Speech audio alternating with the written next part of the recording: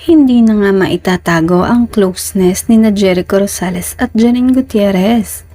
Kamakailan nga lang ay binahagi ng kapamilya actress ang ilang behind the scenes moment sa naganap na guesting nila sa ASAP at I Want TFC.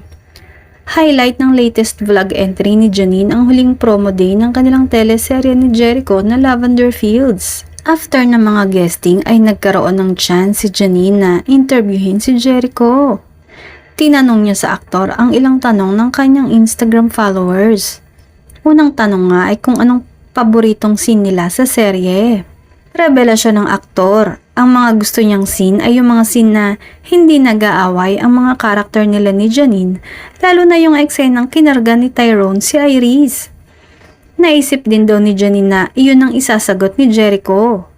Dagdag pa ng aktor na kinilig daw siya sa scene na yun.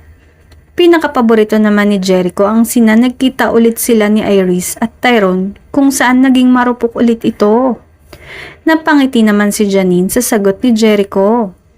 Halatang kuhang-kuha ng aktor kung paano pasayahin at patawanin si Janine. At kitang-kita naman yon kahit saang event at ganap sila magbunta. Na kahit nga nasa bahay lang sila, ay jolly talaga ang aktor na isa sa mga ugaling gusto ni Janine sa kanya. Samantala, hindi na nga makapaghintay ang Econin fans sa susunod nilang serye na may pamagat na The Accused.